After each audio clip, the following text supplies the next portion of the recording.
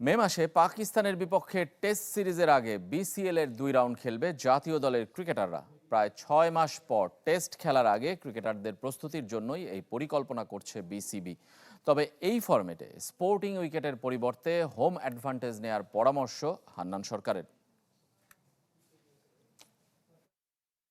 বাংলাদেশ সবশেষ টেস্ট খেলেছে গেল বছর নভেম্বরে আয়ারল্যান্ডের বিপক্ষে। মে মাসে আবারও সাদা পোশাকে নামবে টিম টাইগার। এবার প্রতিপক্ষ পাকিস্তান। মাঝে প্রায় 6 মাসের বিরতি। এত দীর্ঘ সময় পর টেস্ট খেলতে নামা ক্রিকেটারদের যাতে বিপাকে পড়তে না হয় সে লক্ষ্যে কিছু পরিকল্পনা নিয়েছে বিসিবি। 21 এপ্রিল শুরু হবে বিসিএল। অন্তত 2 রাউন্ড খেলার সুযোগ পাবে মুমিনুল, তাইজুলরা। এরপর যোগ দেবে জাতীয় দলের ক্যাম্পে। দুটা ম্যাচ খেলে 4টা ইনিংস ব্যাটসম্যান ব্যাটিং করার সুযোগ পাচ্ছে, বলার মিনিমাম 2টা ইনিংস বা 3টা ইনিংস বোলিং করার সুযোগ পাবে মিনিমাম। সো তাদের প্রিপারেশনটা বা যে লম্বা সময় যে বোলিং করার যে অভ্যস্ততাটা, পাশাপাশি ব্যাটসম্যানদের লম্বা সময় খেলার, কারণ ব্যাটসম্যানদের একটা বলে আউট হয়ে যেতেই পারে, একটা ম্যাচ খেলে 2টা ইনিংস ফেল করতেই পারে, পরের ম্যাচে যে হয়তো 2 ইনিংস আবার পারফর্ম করে রিদমটা ফিরে পেতে পারে।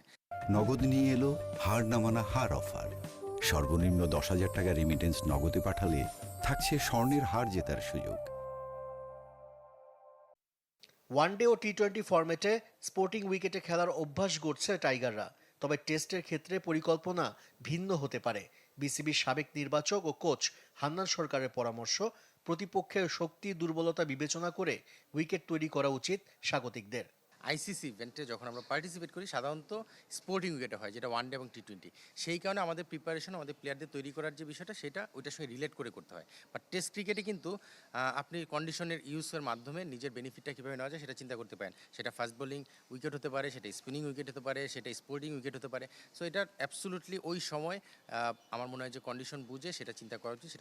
3 ফরম্যাটে 3 অধিনায়ক তত্ত্ব বিসিবি। কোচের ক্ষেত্রেও কি একই পথ অনুসরণ করা উচিত?